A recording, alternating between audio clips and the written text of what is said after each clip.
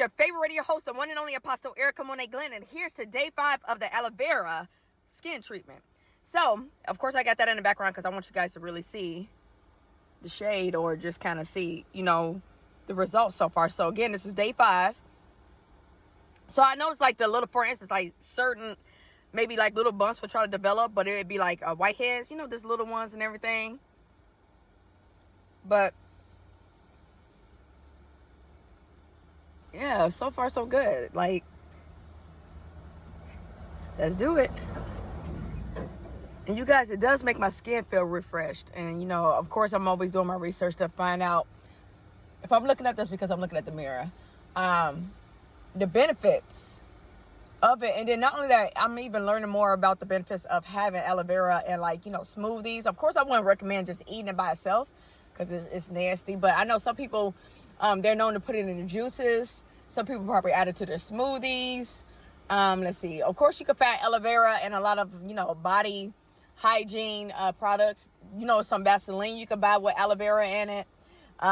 Face cleaner with aloe vera. So even though that is the case, but many people who are big on the natural and being organic, we know the benefits of when you have things by itself and you add your own ingredients to it when necessary. So no shade or nothing against things you can buy in the store that may have aloe vera, but as we both know, especially when it comes down to food, how something can be healthy, but when it goes through like factories and everything, people add on other ingredients, so it kind of sometimes, what God placed in my spirit and what I've seen throughout the years, sometimes that takes away from the product, okay? Especially when it comes down to eating food and it's something that's healthy. You could go somewhere, again, they add their ingredients, like especially being vegan. That's like me going to buy pre-made or pre-cooked vegan patties, or let's see, anything that's vegan, okay? Or like, I think it's called tofurkey, which is, sometimes they could use that ingredient to make basically a tofu based turkey around the holiday time. So even with that, so it's just like, oh yeah, it could be healthy, but it's just same thing with vegan tuna. So I'm just big on making things on my own, and I'm just big on organic. Like, for instance, growing your own food, your own fruit, your own vegetables. I don't look here. I can't speak for others, but I really look down on things that's seedless, like seedless grapes, seedless. Let's see what else. What else is seedless that they say you can buy seedless? Okay, what else is it, guys? Grapes, and there's some other fruit out there, apples, or just different things. I'm like, wait a minute.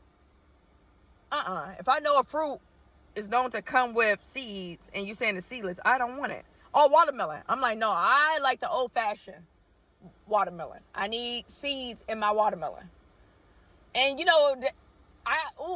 what the Lord has placed in my spirit just now. That's the problem. We see in this world how, we see the schools, we see different places that try to take God out of the equation. Think about how the Bible talks about you just need faith the size of a mustard seed, okay? How the Bible talks about planting seeds. Now we're living in a world where in laboratories, in science labs, and food industry, they're trying to remove the seeds.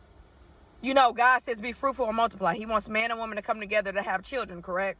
But yet, it's so many things that's taking place in this world where they try to remove the seeds out of a man or out of a woman. Or it's a lot of these things with identity crises where two of the opposite sex, one person of the opposite sex don't want to come together and have children. I'm not saying everybody needs to have children. I'm not saying that at all. But it's just showing you how Satan is operating. And I can't see, when I walk around in this world, I don't see things the way y'all see them. I don't see. So the seedless stuff that's going on is not of God. That's exactly what I'm saying.